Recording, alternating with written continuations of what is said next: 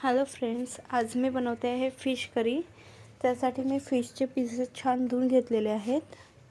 आता त्यात मी थोडे मीठ, हळद, लाल मिर्च पावडर, धनिया पावडर आणि गरम मसाला टाकून छान मिक्स करणार आणि 5 मिनिटांसाठी झाकून ठेवेल।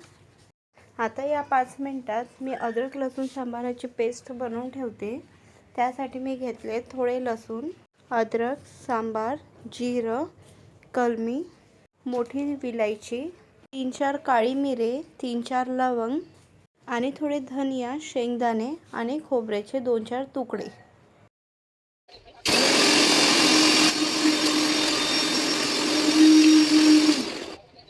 थोडं पाणी ॲड करून परत याला ग्राइंड करूया। आता इथे पेस्ट तयार झालेलं आहे। आता आपण झाकून ठेवलेले फिशचे पीसेस, ज्याला आपण हळद, मीठ आणि लाल मिर्च पावडर लावून ठेवलं होतं, त्यात 2 चम्मच पेस्ट टाकून परत त्याला मिक्स करायचं आहे।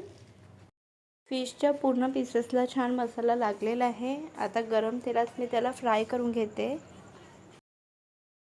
सगळ्या पीसेसला फ्राय करून मी एका प्लेटमध्ये काढून घेते।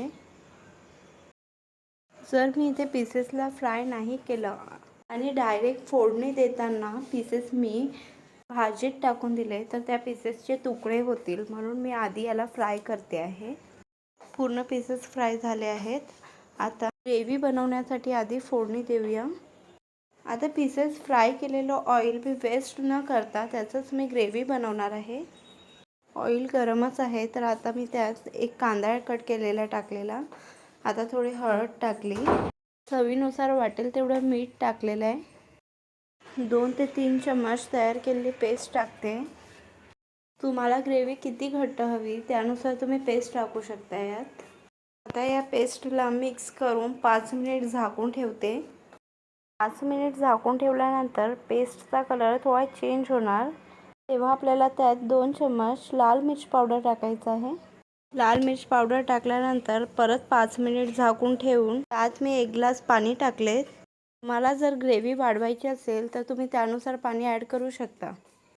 इथे मी पाणी ॲड केल्यानंतर 5 ते 7 मिनिट झाकून ठेवले। आता फिशचे पीसेस मी ग्रेव्हीमध्ये टाकते। फिशचे पीसेस आधीच फ्राय करून घेतले होते, त्यामुळे जास्त शिजवायची गरज नाही याला। त्यासाठी 2 मिनिट होऊ दिलं तरी पण भरपूर आहे। आता अर्धा चम्मच गरम मसाला आणि धनिया पावडर आणि बारीक चिरलेली कोथिंबीर टाकते। इथे आपली फिश करी बनवून तयार आहे।